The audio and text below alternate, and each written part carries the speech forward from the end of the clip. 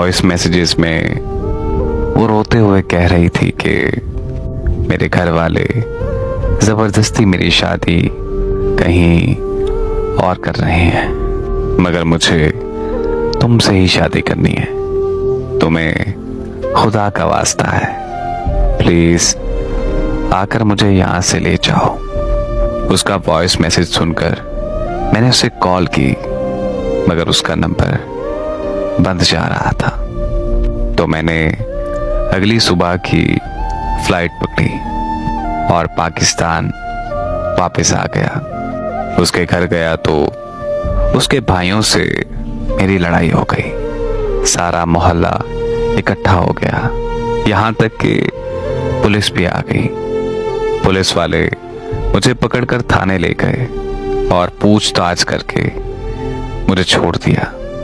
जब मैं थाने से घर आया तो मुझे उसकी कॉल आ गई और वो मुझे कहने लगी कि मेरी शादी मेरी रजामंदी से ही हो रही है। मैंने फिर उससे पूछा कि तुमने उस दिन वो वॉइस मैसेज क्यों किया? तो वो मुझे कहने लगी कि बस मैं ये चाहती थी कि तुम मुझे बेवफा ना समझो, मगर मुझे क्या पता था कि तुम पाकिस्तान आ जाओगे। फिर वो मुझे कहने लगी कि जिससे मेरी शादी हो रही है वो मेरा कज़न है और हम दोनों एक दूसरे से बेहद मोहब्बत करते हैं। तुम प्लीज हमारी शादी को खराब मत करो और वापस लौट जाओ। और इस तरह उसकी शादी के एक दिन बाद मैं पाकिस्तान छोड़कर वापस आ गया। 2 साल बाद जब मैं पाकिस्तान शादी करने के लिए आया तो शादी की शॉपिंग करते हुए मुझे उसकी अम्मी मिल गई। तो उन्होंने मुझे बताया कि मेरी बेटी के साथ बहुत बुरा हुआ है। उसका शौहर उसे शराब पीकर रोज मारता था, उसे गालियां देता था।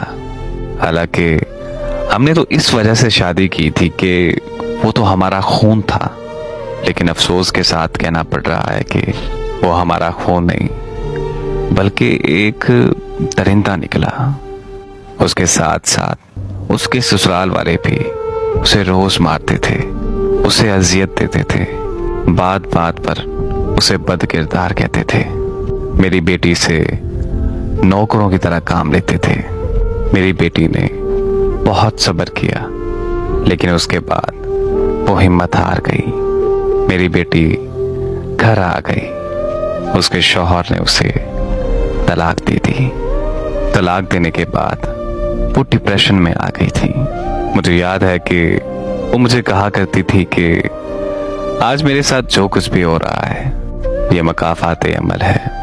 अगर आज मैं उसके साथ बुरा ना करती, उसके साथ मोहब्बत का खेल ना खेलती, मोहब्बत का दावा ना करती, तो शायद आज मैं अपनी हंसी खुशी जिंदगी गुजार रही होती। उसे सारी जिंदगी अब ये पछतावा रहेगा कि उसने एक मोहब्बत करने वाले शख्स को ठुकरा दिया।